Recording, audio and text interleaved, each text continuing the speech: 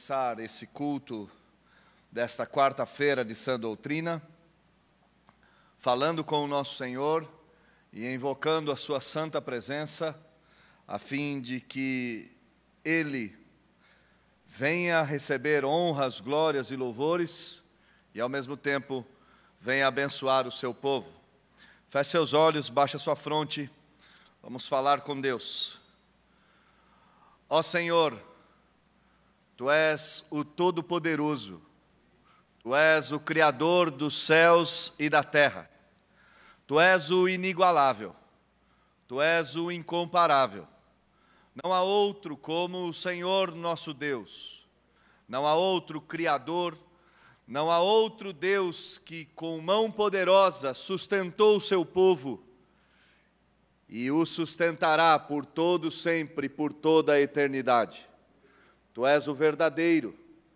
Nós, o seu povo, nesta noite bendita, nesta noite de culto solene, nesta noite de adoração, erguemos as nossas vozes em prece ao Senhor Deus, clamando ao Senhor que o seu poder transformador e criador esteja sobre nós nessa noite. Que o Senhor, mais uma vez, como Tu és fiel, e como o Senhor tem sido fiel de geração em geração, venha nos visitar de forma abençoadora. Nós suplicamos ao Senhor que o seu poder esteja sobre nós, que o Senhor venha até nós, e também pedimos que o nosso culto, apresentado por mãos pecadoras, seja recebido por intermédio de Cristo Jesus, pelo Senhor nosso Deus e nosso Pai. Nós rogamos ao Senhor que o Senhor receba toda a honra, toda a glória, todo o louvor, toda a adoração que será feita neste lugar e que será feita pelos seus filhos espalhados pelos quatro cantos do mundo por meio da internet. Receba a adoração do seu povo, ó Senhor, e ao receber a adoração que lhe é devida, o Senhor seja achado por nós outros, o Senhor seja agraciado, seja magnificado, seja adorado. Esse é o nosso pedido. E nós não fazemos esse pedido em nome da nossa denominação, não fazemos esse pedido em nome de nós mesmos, mas nós fazemos esse pedido no nome do seu Filho bendito, nosso único e suficiente Salvador, nosso Senhor Jesus Cristo. É no nome dele que oramos, Senhor, em nome de Jesus. Amém e amém. Vamos abrir as nossas Bíblias no Salmo de número 96. Convido aos irmãos que aqui estão para que se coloquem de pé. Nós leremos uma parte do Salmo 96 e o cantaremos, a fim de louvar o Senhor. Cantaremos um pequeno trecho do Salmo que foi musicado e bastante conhecido pela Igreja de Cristo. Salmo de número 96, nós cantaremos, nós leremos primeiramente do versículo de número 1 até o versículo de número 6, e depois nós cantaremos esse texto da mesma forma. Salmo de número 96, está escrito: Cantai ao Senhor um cântico novo, cantai ao Senhor todas as terras, cantai ao Senhor, bendizei o seu nome, proclamai a sua salvação dia após dia, anunciai entre as nações a sua glória, entre todos os povos as suas maravilhas, porque grande é o Senhor e muito digno de ser louvado, temível mais que todos os deuses, porque todos os deuses dos povos não passam de ídolos. O Senhor, porém, fez os céus, glória e majestade estão diante dele, força e formosura no seu santuário. Cantemos o Salmo de número 96. Apenas há uma mudança no versículo de número 4, no versículo de número 5 não é cantado, e o refrão do Salmo é exatamente o versículo de número 6. Cantemos. Cantai ao Senhor um cântico novo, cantai ao Senhor, todas as terras cantai ao Senhor, bendizei o seu nome, proclamai a sua salvação, anunciai entre as nações a sua glória, entre todos os povos as suas maravilhas, porque grande é o Senhor e muito digno de ser louvado, mais temível do que falsos deuses. Glória e majestade estão diante dele, força e formosura no seu santuário. Glória e majestade estão diante dele, força e formosura no seu santuário. Mais uma vez, o mesmo trecho. Cantai ao Senhor um cântico novo, cantai ao Senhor, todas as terras cantai ao Senhor, bendizei o seu nome, proclamai a sua salvação, anunciai entre as nações a sua glória, e entre todos os povos as suas maravilhas, porque grande é o Senhor e muito digno de ser louvado, mais temível do que falsos deuses. Glória e majestade estão diante dele, força e formosura no seu santuário. Glória e majestade estão diante dele, força e formosura no seu santuário. Deus seja bendito. Deus seja bendito pela sua palavra. Deus seja bendito pela possibilidade de cantarmos a sua palavra. Vamos orar mais uma vez em adoração a esse Deus. Ó Deus, nós cantamos a tua majestade.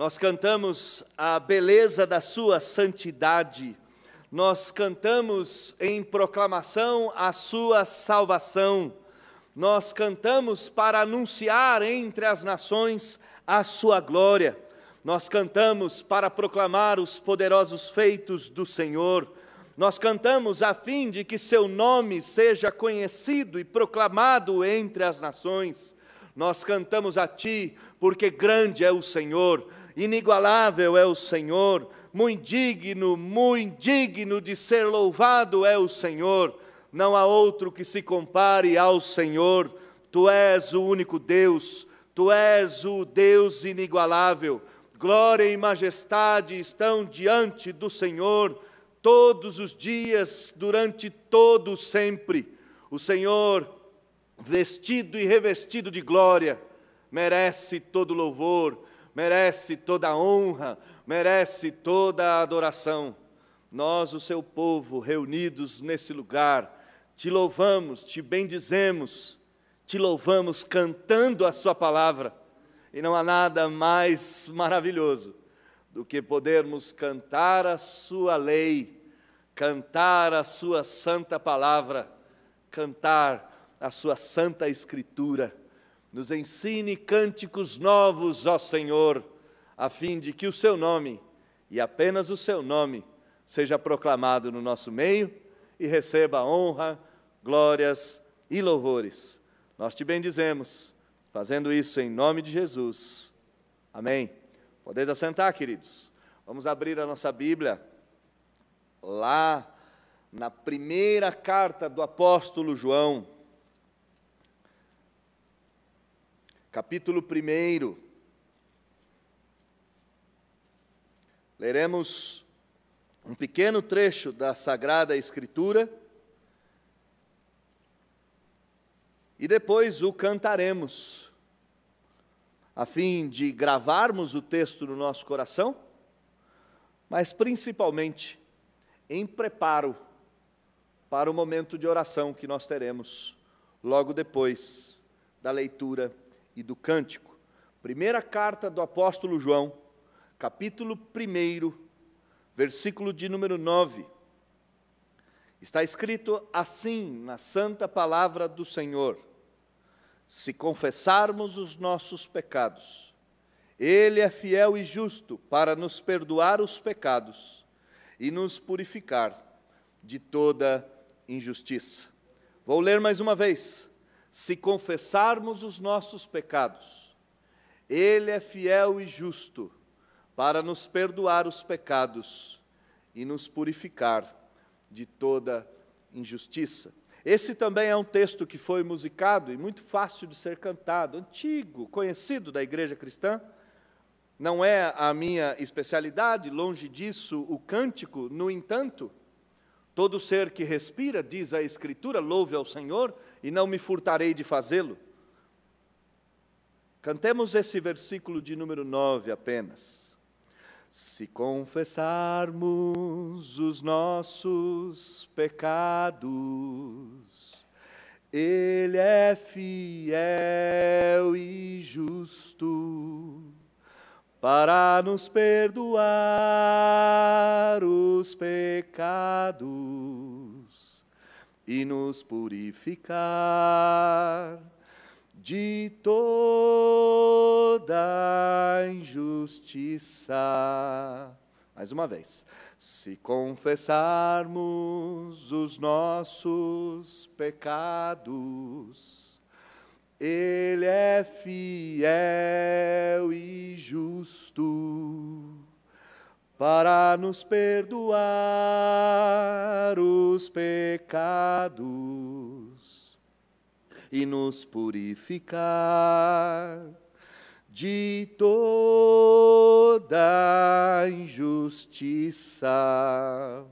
Nesse momento do culto, eu lhe convido, se possível for, a dobrar o seu joelho e falar com Deus, diante da presença do Senhor, cumprirmos exatamente o que esse texto das Sagradas Escrituras nos mandam fazer. Confessar os nossos pecados, abrir o coração para Deus, pedir para Deus, que é fiel e justo, nos perdoar os pecados, nos purificar de toda injustiça, arrancar de nós toda iniquidade, a fim de receber honra, glórias e louvores. Convido os irmãos que aqui estão e aos irmãos que nos acompanham pela internet a orarmos ao Senhor alguns instantes de oração, de confissão de pecados, na esperança, viva esperança, fiel esperança, real esperança, de termos os nossos corações purificados e nossos pecados perdoados pelo Senhor. Oremos ao Senhor em confissão de pecados.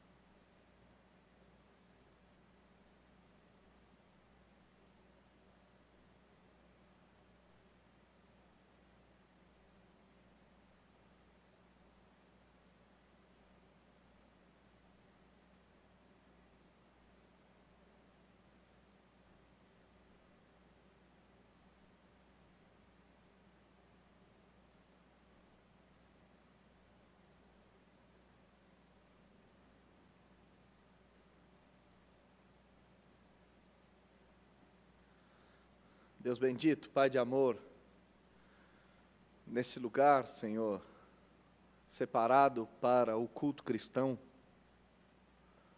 onde o seu povo se reúne ao redor da sua santa palavra, nesse lugar, ó Deus, nós, o seu povo, reconhecemos os nossos erros e os nossos pecados ante a beleza da sua santidade. Nós, Senhor, reconhecemos as nossas falhas, reconhecemos o nosso ânimo dobre, nossos pecados por omissão, nossos pecados por intenção. Confessamos os nossos erros diante do Senhor, porque temos a certeza, oriunda e advinda da sua palavra, que se confessarmos os nossos pecados ao Senhor, Tu és fiel e justo para nos perdoar os pecados, para nos purificar, para nos limpar, para arrancar de nós as manchas e nos lavar. Deus, então é em fé que nós, o seu povo, diante do Senhor, reconhecemos os nossos erros,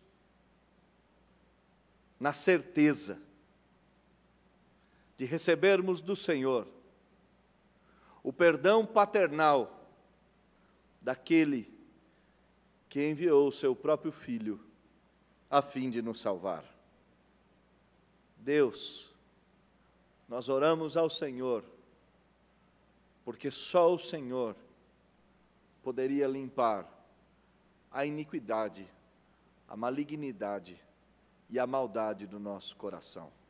E o Senhor assim o fez, ao enviar o seu único Filho naquela cruz, cruz horrenda, mas que para nós outros, para nós, o seu povo, a certeza da nossa vitória, a certeza do nosso perdão, a certeza da nossa purificação.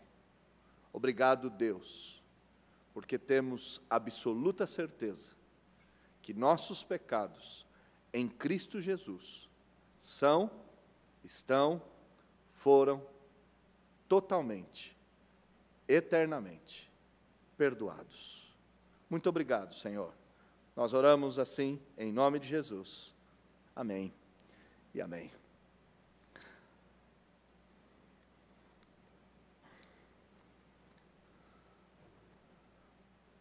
Mais uma vez, é sempre um prazer estar aqui com os irmãos, nesse culto de quarta-feira, nesse culto de sã doutrina.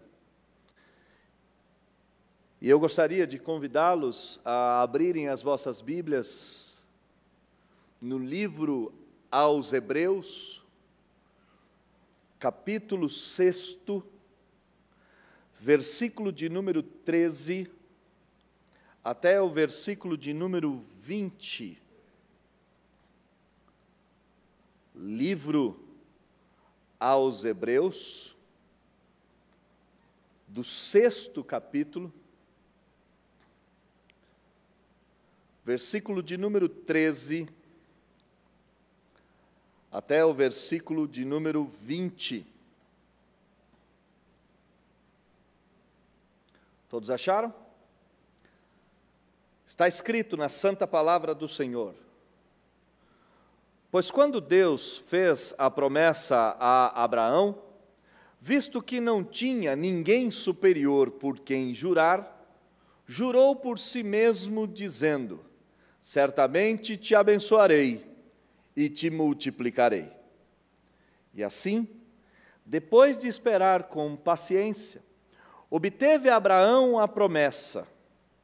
Pois os homens juram pelo que lhes é superior, e o juramento, servindo de garantia para eles, é o fim de toda contenda. Por isso, Deus, quando quis mostrar mais firmemente aos herdeiros da promessa a imutabilidade do seu propósito, se interpôs com juramento para que, mediante duas coisas imutáveis, nas quais é impossível que Deus minta, forte alento tenhamos, nós que já corremos para o refúgio, a fim de lançar mão da esperança proposta, a qual temos por âncora da alma, segura e firme, e que penetra além do véu, onde Jesus, como precursor, entrou por nós, tendo se tornado sumo sacerdote para sempre, segundo a ordem de Melquisedeque. Vamos orar mais uma vez? Vamos falar com Deus, a fim de que o Santo nos prepare para ouvirmos a sua voz por intermédio da exposição do texto sagrado. Oremos. Deus, nesse lugar, nós invocamos o Teu nome, nós suplicamos a Tua santa, doce, augusta, bendita presença no nosso meio. E ao fazermos isso, fizemos de forma orada e logo depois fizemos de forma cantada. Cantamos o Teu nome, cantamos a beleza da Sua santidade, cantamos a Sua majestade, cantamos as glórias que lhe são devidas, cantamos os Seus poderosos feitos inigualáveis. Mas ao cantarmos a grandiosidade do Senhor, fomos obrigados, por intermédio da Sua palavra, a reconhecer a nossa pequenez, nossas falhas, nossas dificuldades, nossos pecados, mas cheios de esperança e fé, confessamos os nossos erros ao Senhor, de joelhos dobrados em sinal de humilhação e de humildade, nós abrimos os nossos lábios ao Senhor, suplicando que o Senhor nos perdoasse. E pela certeza da Sua palavra, pela operação do Seu Espírito no nosso meio, por fé, obtivemos mais uma vez a certeza do perdão pleno em Cristo Jesus. Obrigado, Deus, por tal feito gracioso e grandioso nas nossas vidas. Então, abrimos a Sua palavra mais uma vez, e esta mesma palavra acabou de ser lida. Nossa súplica, ó Senhor, o Senhor que nos reuniu nesta noite, o Senhor que nos preparou, o Senhor que nos separou, nossa súplica é que o Senhor fale conosco, que o Senhor se mostre a nós mais uma vez, que a Sua palavra penetre nos nossos corações e opere em nós mudanças profundas. E é óbvio, Senhor, que eu não tenho a menor competência e capacidade disso. Então, ó Deus, o Senhor que foi invocado, o Senhor que foi adorado, o Senhor que recebeu nossas ações de graças por causa do pecado perdoado, fale conosco apesar de quem prega. Que o Teu Espírito tenha plena liberdade no nosso meio e comunique a Sua santa palavra de forma fiel, a fim de nos transformar, a fim de nos alegrar, a fim de nos consolar, a fim de nos moldar, a fim de que a Sua palavra atenda aos Seus soberanos propósitos. Faça isso, Senhor, para a glória do Seu nome. Nós oramos em nome de Jesus. Amém e amém. Há umas 3 semanas atrás, mais ou menos, eu tive que fazer uma viagem até a cidade de Resende, e por as dificuldades de locomoção e tudo mais, eu moro em Vinhedo, então eu venho até São Paulo e pego o ônibus de São Paulo até Resende. Tinha provas a fazer lá e tal, tinha alguns assuntos a fazer. E fui na sexta-feira e retornei no domingo. Mas, ao retornar no domingo, no terminal Tietê, o ônibus para Vinhedo ainda demorariam algumas horas, 1h30 mais ou menos, uma cena me chamou muito a atenção. Se você conhece o terminal Tietê, você sabe que em cada ponta do terminal Tietê tem um piano, em cada uma das pontas.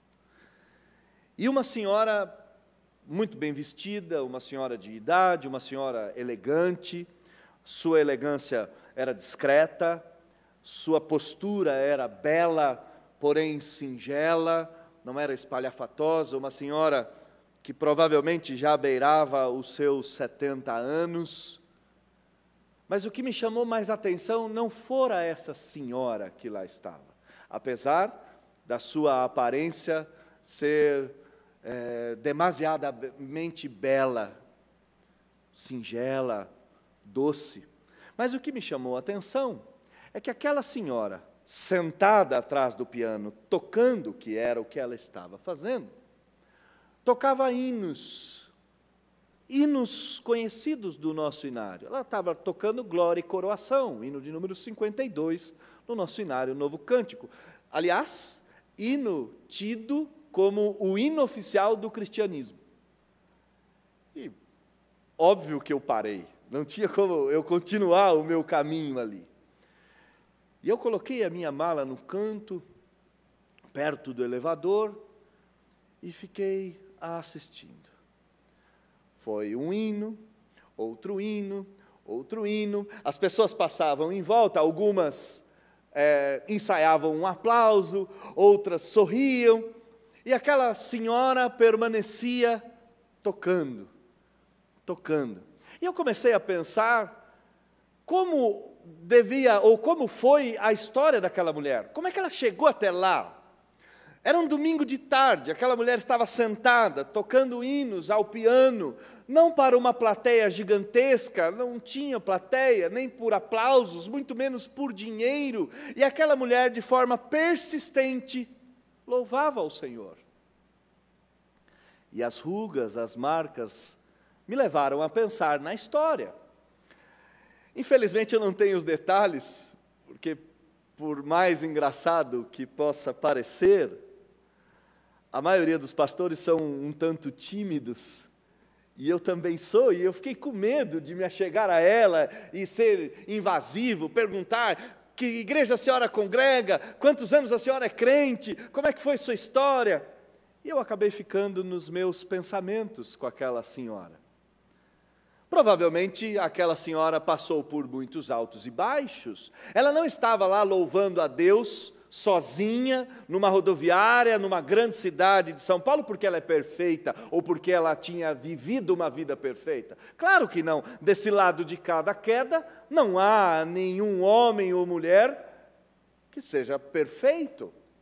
Então, aquela mulher não era perfeita. Provavelmente, a vida dela teve muitos deslizes, muitos percalços, muitas dificuldades, como é a vida costumeira de todos os crentes do lado de cá da queda.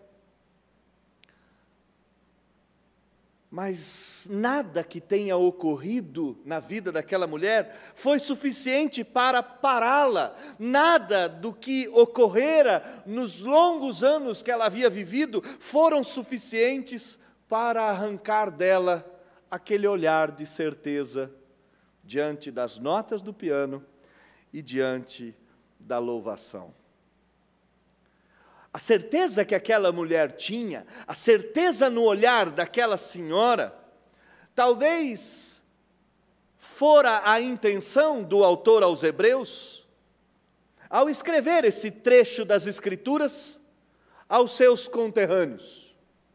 Talvez a intenção ao autor aos Hebreus, e eu chamo ao autor aos Hebreus porque nós não sabemos ao certo quem o escrevera, mas a intenção, e isso salta dos nossos olhos, no versículo de número 10, por exemplo, era gerar no coração daqueles irmãos a força, a coragem para continuar a despeito das dificuldades.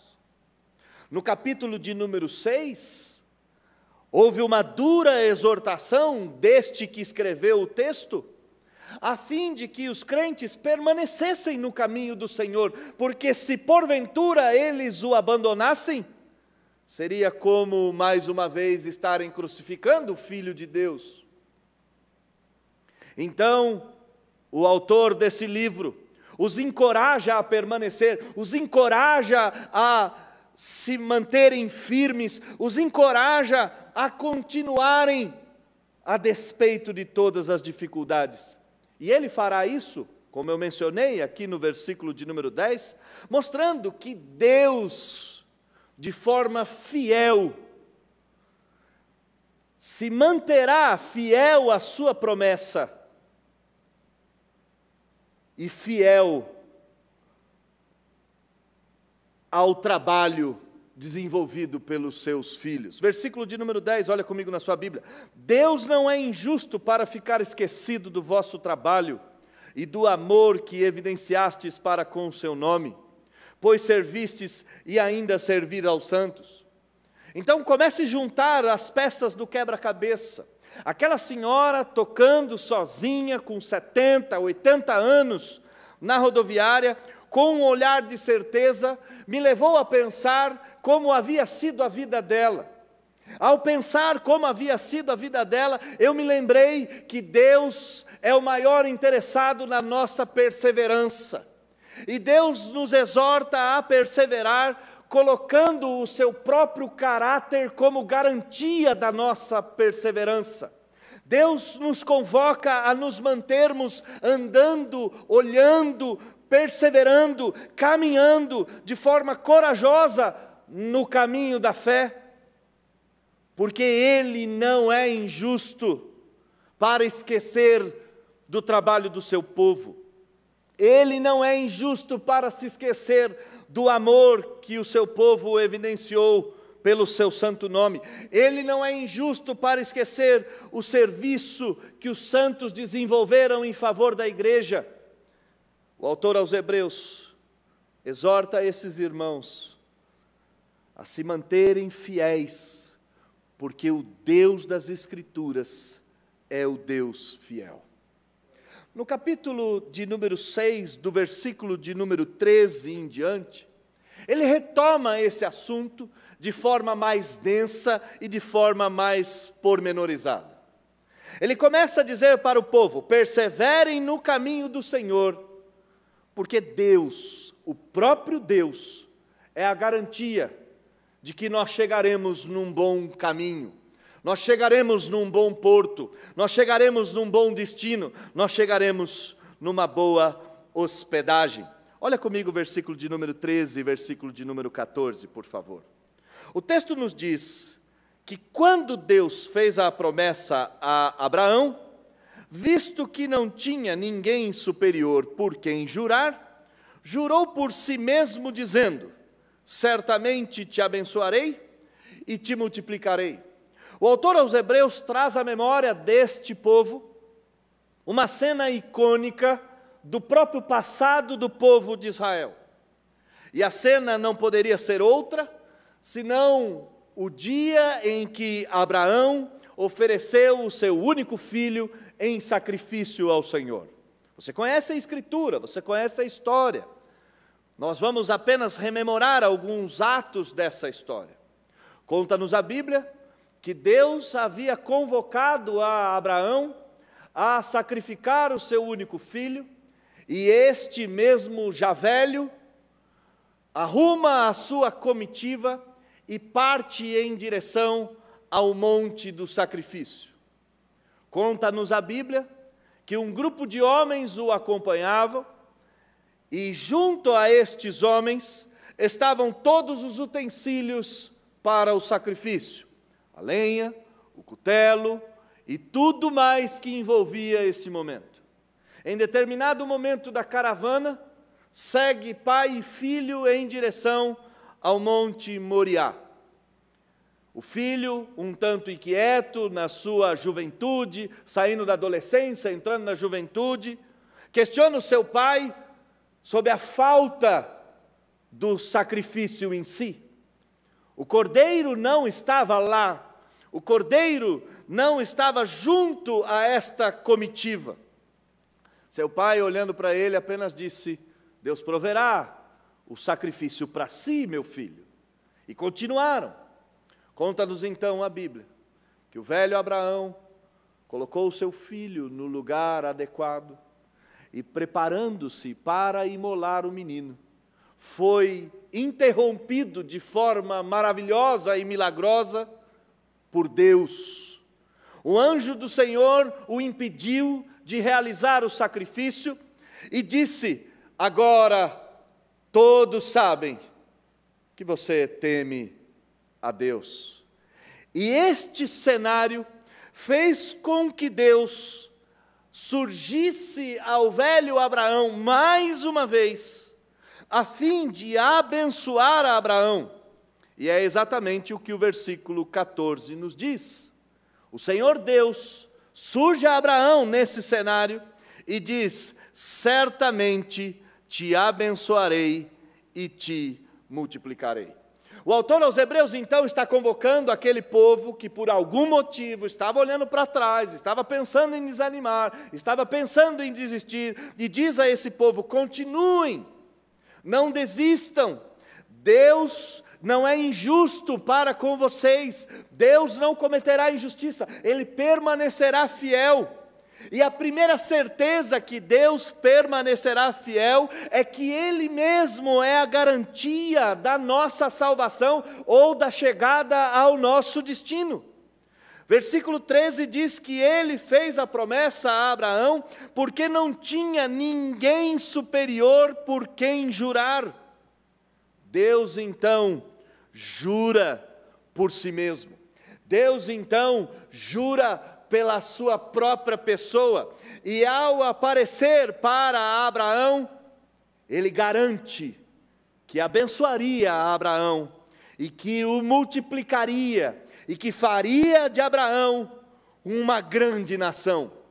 Não era a primeira vez que Deus havia dito isso, mas pela segunda vez a promessa é ratificada. O autor então nos diz: perseverem, continuem, porque Deus em pessoa garante que nós chegaremos até o nosso destino. Mas ele amplia a sua argumentação. Olha comigo no versículo de número 15. Ele diz que Abraão, depois de esperar, depois de aguardar, depois de pacientemente esperar com que os desígnios de Deus se cumprissem, obtém a promessa. Versículo 15 diz: e assim, depois de esperar com paciência, obteve Abraão a promessa.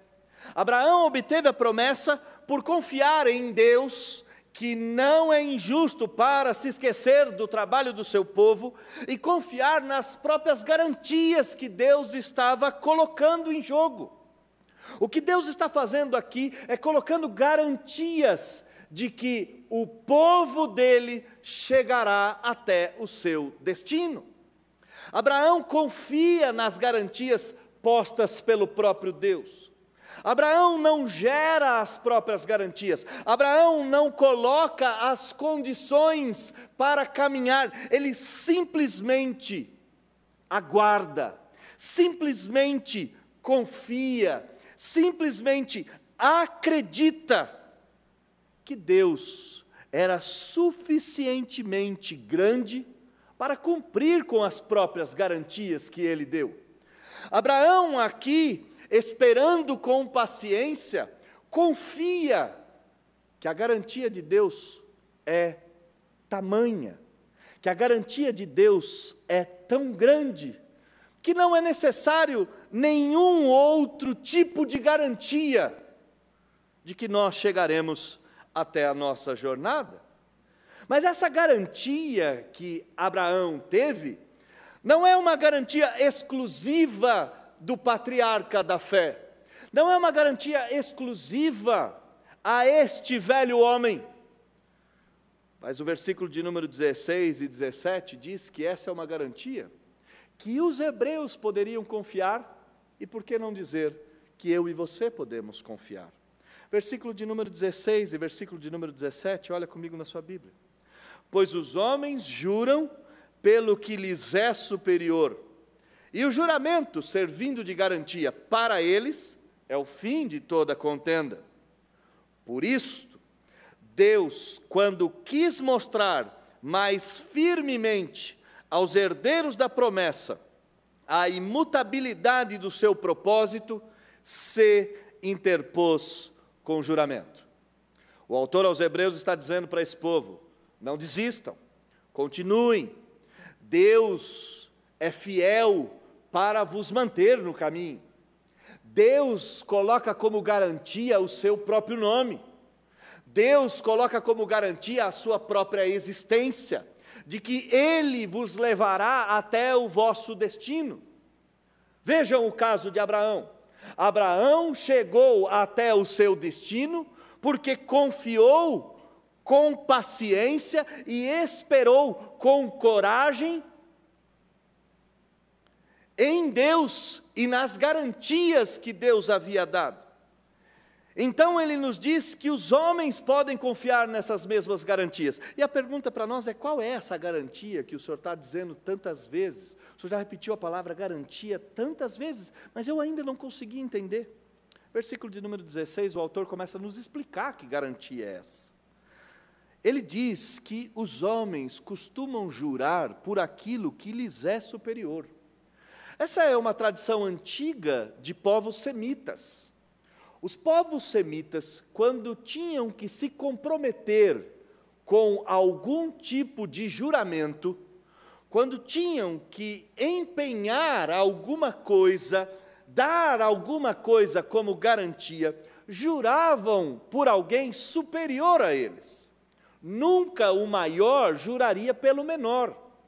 Então, se um vassalo fosse fazer um negócio com um nobre, ele juraria por esse nobre, ou pelo nome desse nobre, que ele cumpriria a sua parte no trato.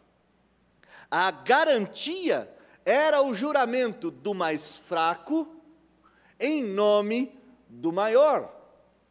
A nossa cultura tem mais ou menos esse tipo de característica.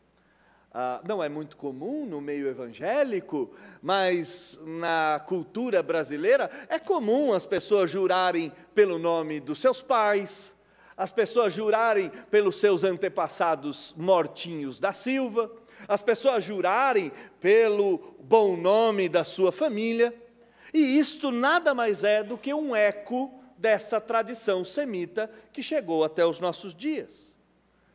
Mas o caso aqui é que Deus não tem um superior a si mesmo por quem jurar. Deus não tem alguém que seja maior do que Ele, para que Ele possa jurar, garantindo.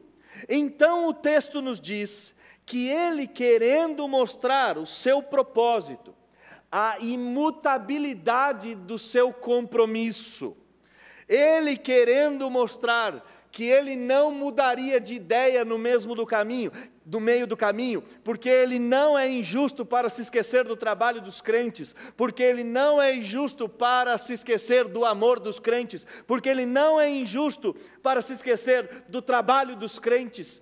O autor aos Hebreus, então, elevando a voz, diz que Deus, querendo mostrar que não mudaria para Abraão e para todos os descendentes que viriam depois de Abraão, se interpôs com juramento. Deus jurou por Ele mesmo. Deus jurou pela sua própria existência. Deus jurou colocando o seu próprio nome como garantia do juramento. Eu não sei se você entende muito bem o tamanho do que é isto. Deus, ao garantir que Ele cumpriria a sua parte, Ele pôs o seu ser como garantia, Ele pôs a sua santidade como penhor, Ele pôs a sua bondade como depósito, Ele pôs o seu Filho como fiança daquilo que Ele haveria de fazer. E esta garantia é tamanha que não apenas Abraão obteve a promessa, mas o texto nos diz que todos os herdeiros podem confiar no mesmo juramento de Deus. Versículo 17: os herdeiros da promessa podem confiar na imutabilidade do seu propósito, e ele não está falando de ninguém mais, ninguém menos do que nós outros. Eu e você podemos confiar, a despeito dos altos e baixos, a despeito dos sentimentos de derrota, a despeito dos fracassos, a despeito das fraquezas, nós podemos confiar da mesma forma que a senhora sem nome, sentada atrás de um piano, numa rodoviária qualquer, num domingo qualquer, entoava hinos de louvor, mesmo sem receber um aplauso dos homens, mas tendo a certeza que Deus, do alto dos céus, recebia cada um dos cânticos entoados naquele lugar. Nós podemos ter essa certeza da mesma forma, podemos esperar com paciência, porque a promessa que se cumpriu em Abraão também serve para os herdeiros. Deus jura por si mesmo que irá cumprir a sua parte. Deus empenha a sua própria pessoa. Mas o versículo de número 17 diz de que forma Deus faz tudo isso. Olha comigo na sua Bíblia. Por isto Deus, quando quis mostrar mais firmemente aos herdeiros da promessa a imutabilidade do seu propósito, se interpôs com juramento, para que, mediante duas coisas imutáveis, nas quais é impossível que Deus minta. Duas palavras aqui são importantes para nós outros. A primeira palavra é promessa e a segunda palavra é juramento. Deus faz uma promessa, Deus faz uma afirmação, Deus faz uma promessa de que no futuro Ele daria algo a Abraão e daria algo à sua descendência. Deus faz um compromisso oral e escrito, dizendo que Ele estava obrigado a cumprir aquilo que Ele havia prometido.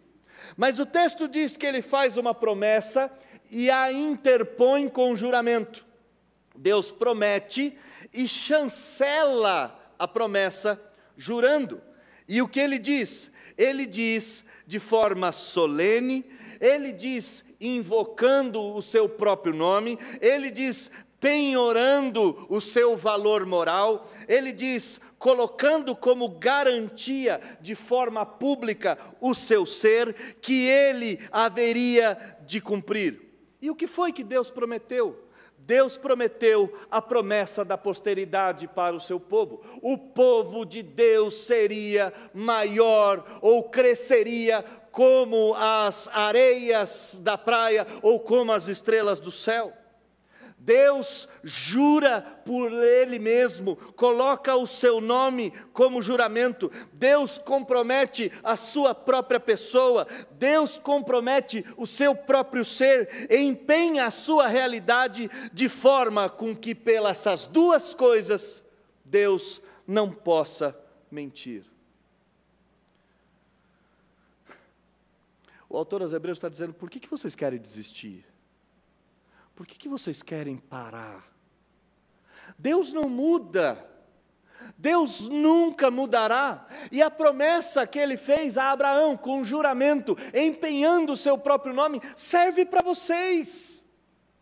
Por que vocês estão pensando em desistir? Por que vocês estão pensando em voltar para o judaísmo? Por que vocês estão pensando em voltar à velha vida? Por que vocês estão pensando em voltar às velhas formas? Não desistam. Porque Deus prometeu e jurou, e essas duas coisas fazem com que seja impossível com que esta promessa não se cumpra. Esses dois atos de Deus garantem que Ele estaria conosco e cumpriria a sua parte no trato. Quando Deus chama Abraão, Ele diz: vamos passear comigo, me acompanhe. Eu levarei você até um lugar que emana leite e mel e farei de ti uma grande nação. Abraão simplesmente abandona a sua parentela e em fé começa a jornada junto a Deus. E Deus comprova ao velho patriarca que ele haveria de cumprir a sua promessa, prometendo e jurando, colocando o seu próprio nome como garantia, dando a certeza, numa garantia dupla, de que isso não falharia.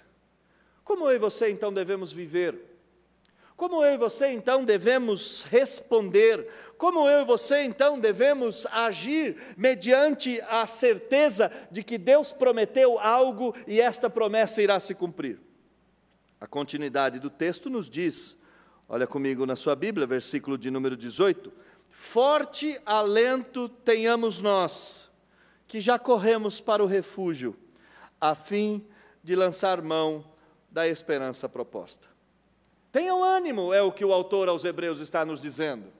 Ao invés de pensar no desânimo, se animem, caminhem com vigor, caminhem de forma revigorada, sejam firmes e encorajados, tenham essa certeza no olhar e na vida, porque há uma esperança para nós outros no futuro, porque há uma garantia de que o destino será alcançado, porque há uma promessa sobre o povo de Deus, uma promessa juramentada. Caminhem, não desistam, continuem correndo em direção ao refúgio, continuem agarrados na esperança da garantia de Deus de que Ele estaria conosco. Não olhem para trás de forma alguma, não pensem nas suas imperfeições, não olhem para o seu desgaste, não levem em conta os anos e o cansaço, não olhem para si e vejam as vossas falhas em primeiro lugar, mas continuem acreditando na esperança. Eu não vejo outra forma de nós pensarmos nisso, senão por canções. E há uma canção muito bonita do Estênio que talvez ilustre bem o que o autor aos Hebreus está nos dizendo. E a canção diz algo mais ou menos assim: mestre, me veja menino, deixe-me correr com teus pequeninos. Mestre de rosto amigável, de sorriso largo, de sereno olhar, eu fui a ti criança e me recebestes de braços abertos. Que estranha distância agora. Senhor, lembra do menino que eu fui outrora. Mestre, lembro que eu buscava e me derramava choro adolescente. Lembro daquele caderno onde eu anotava minhas orações. Jovem, eu busquei a ti o refúgio certo para um moço aflito. Que estranha distância agora. Senhor, lembra do rapaz que eu fui outrora. Mestre, estou bem mais velho. E o amor que eu tinha, onde foi parar? Mestre, fala a esse homem que se emocione, que vá recomeçar. Faz-me correr e assim retornar ligeiro ao primeiro amor. Deixe-me ver novamente o meu nome escrito nas santas mãos do Senhor do tempo.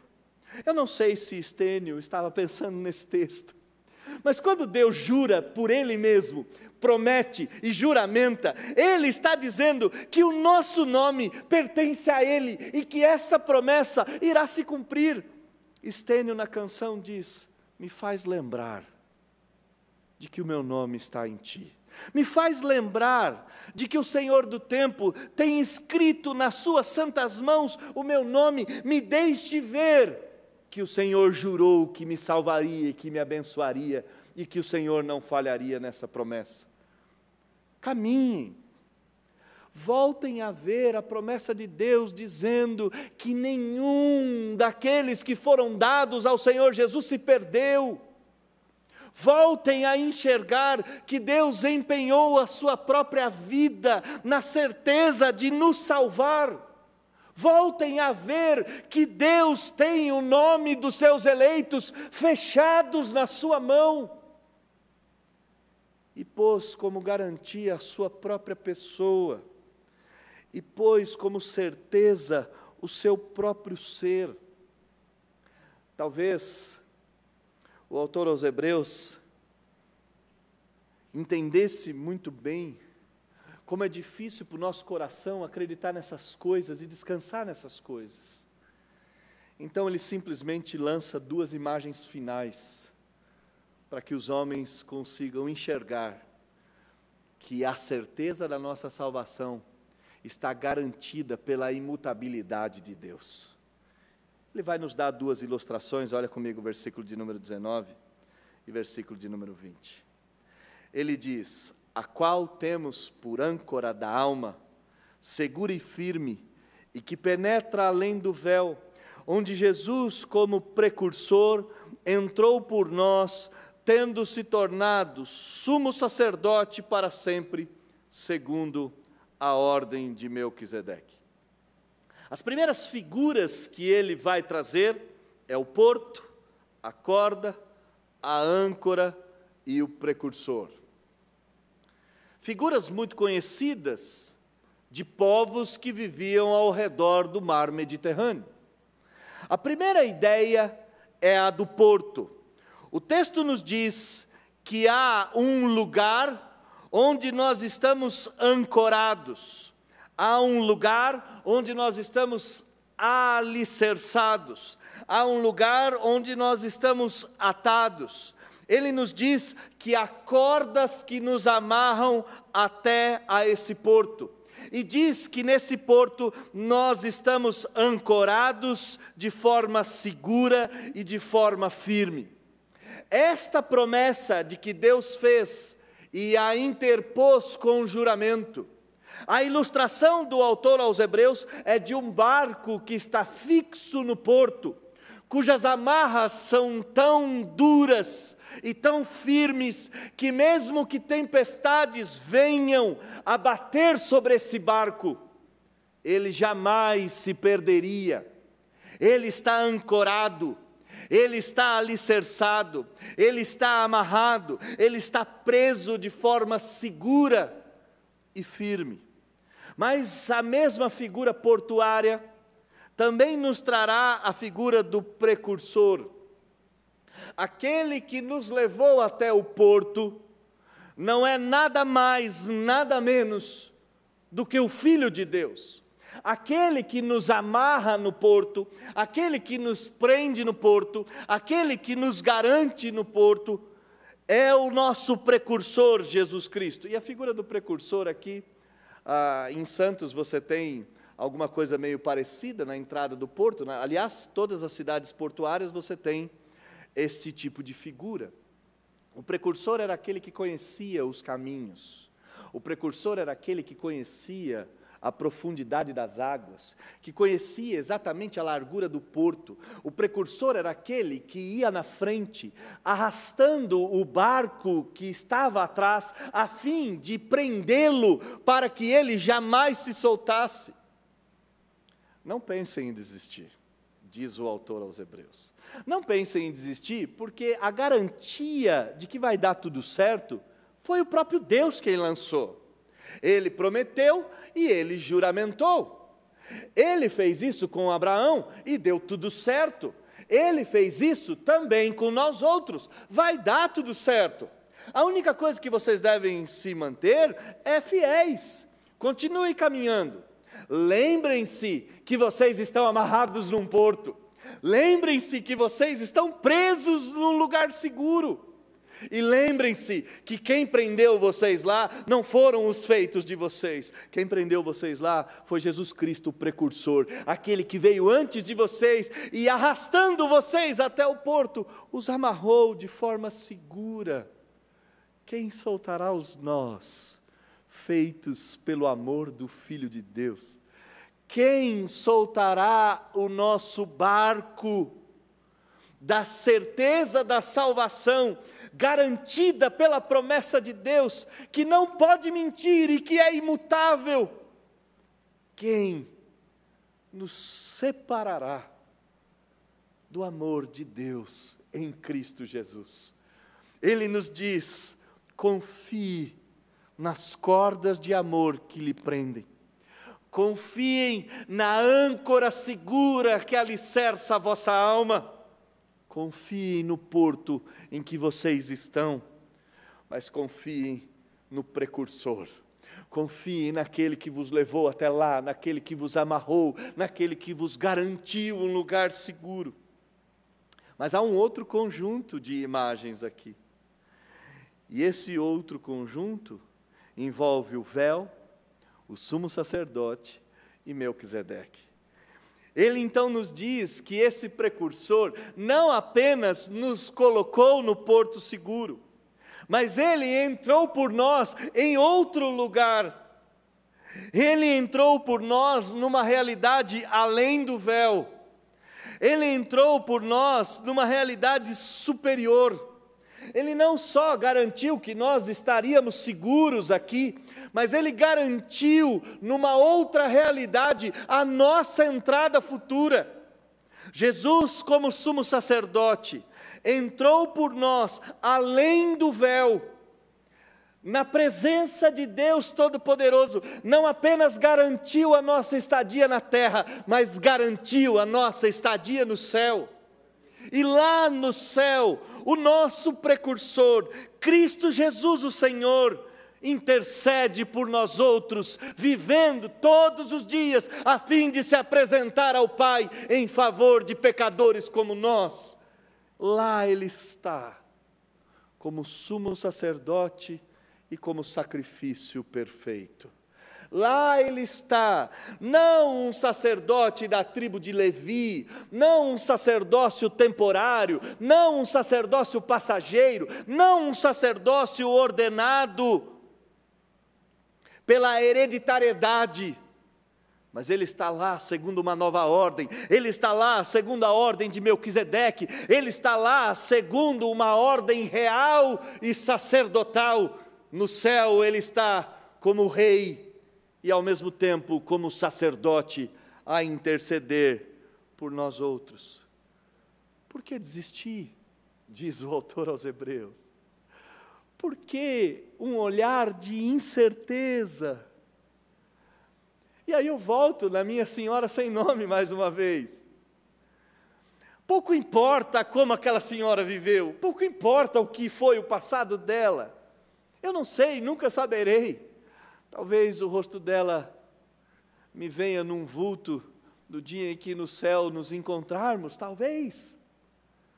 Eu não sei o seu passado, mas eu sei que havia uma confiança naquela mulher que a colocava de pé, domingo à tarde, para louvar o Senhor, em meio a pessoas desconhecidas, sem receber aplausos, sem receber moedas, sem receber nada.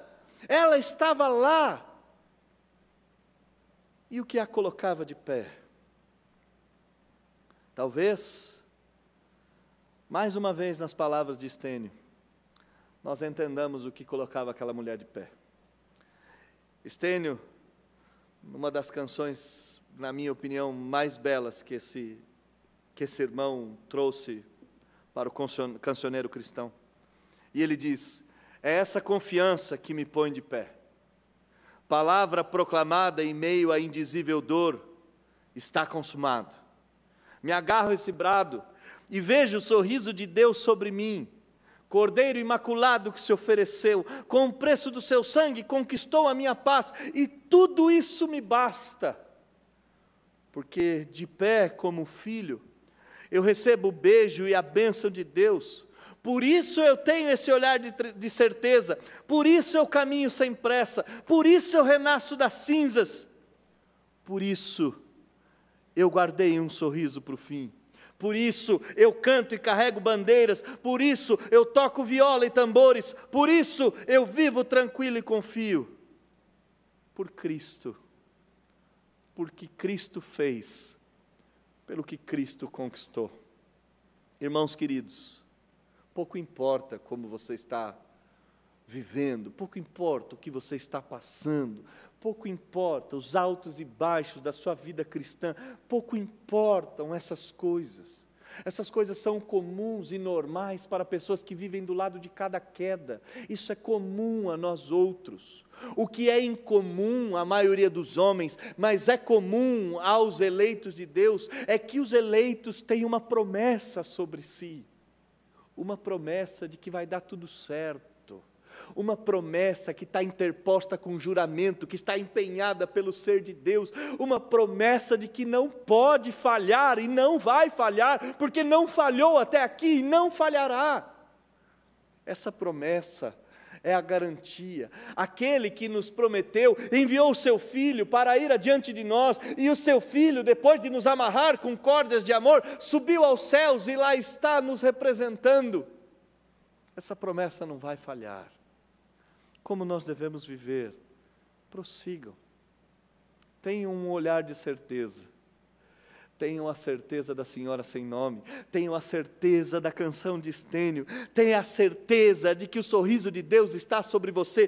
Tenham a certeza de que o seu nome está no livro da vida. Tenham a certeza de que os percalços desse mundo nada mais são de que apenas etapas que nos levarão ao nosso destino final. Há um destino final que está garantido pela imutabilidade de Deus. E essa certeza é a única certeza que pode nos pôr de pé e pode nos fazer caminhar. Que Deus nos ajude a ter em mente essa certeza de que Deus fez uma promessa, se interpôs com um juramento, enviou o seu Filho subiu aos céus, e isso deve nos bastar, que vai dar tudo certo no final. Deus os abençoe, vamos orar, feche seus olhos, vamos falar com Deus. Ó Deus bendito, Pai de amor, que texto grandioso esse texto de Hebreus, como o Senhor é gigantesco, como o Senhor é grandioso. Nós, o seu povo, somos falhos, fraquejamos, somos dúbios, duvidamos, temos medo, angústias, dores. Às vezes olhamos para trás na esperança de, num passado que não nos pertence mais e numa vida que já não mais é, encontrarmos alento. Assim como os irmãos aqui, a qual esse livro foi escrito, olhavam para trás e pensavam em desistir, assim somos nós outros, da mesma forma e da mesma maneira. Mas o Senhor nos diz, confiem em Deus, confiem que Deus não vai quebrar o seu pacto, confiem que Deus vai cumprir o tratado, confiem porque Deus colocou como garantia Ele mesmo, confiem porque Deus prometeu e jurou, e este juramento com promessa, essa promessa juramentada, não pode falhar, porque Deus não pode mentir. Essa promessa deu certo com Abraão, essa promessa deu certo com tantos outros no passado, certamente ela dará certo para todos os herdeiros da promessa. Confiem que vocês estão amarrados com cordas de amor, confiem que o seu precursor adentrou além do véu, confiem que diante de Deus Ele está a interceder por todos nós. Apenas perseverem, não há respostas no passado, as respostas estão todas num futuro glorioso que certamente teremos. Por isso devemos viver em certeza, por isso temos que ter um olhar de fé, por isso que podemos entoar louvores ao Senhor em meio à multidão, mesmo que ninguém entenda. Por isso podemos continuar em direção ao nosso destino.